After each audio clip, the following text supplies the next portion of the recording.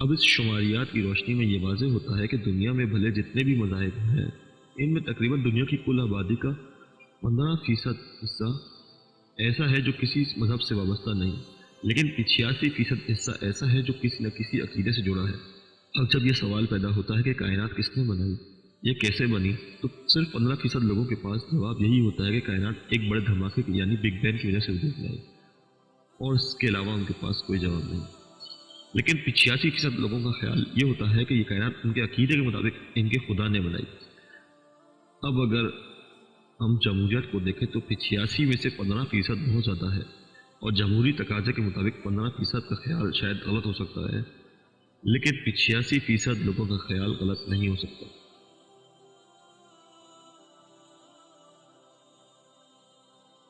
لہٰذا جمہوری طریقے سے بھی یہ بات واضح ہوتی ہے کہ کائنات کو کسی نہ کسی نے تو تخلیق کیا ہے، یعنی عقل اور شعور اور ہماری آج کی کچھ دلیلوں کے ساتھ ساتھ جمہوری طریقے سے کی گئی ووٹنگ کے ذریعے بھی یہ بات ثابت ہوتی ہے کہ کائنات خود بخود نہیں بنی، بلکہ کسی نہ کسی نے تو بنائی ہے۔ آج ہم نے تلاش کے سفر میں سوچ کے ایک الگ زاویے کو کھولا ہے اور مزید سوالوں کی طرف نشاندہی کی ہے، اور ان مزید سوالوں کا جواب جاننے کے لیے تلاش کے سفر میں ہمارا ساتھ بالکل نہ چھوڑیے گا۔ ملتے ہیں ہماری اگلی قسط میں، جب تک اپنا بہت سارا خیال رکھیے گا۔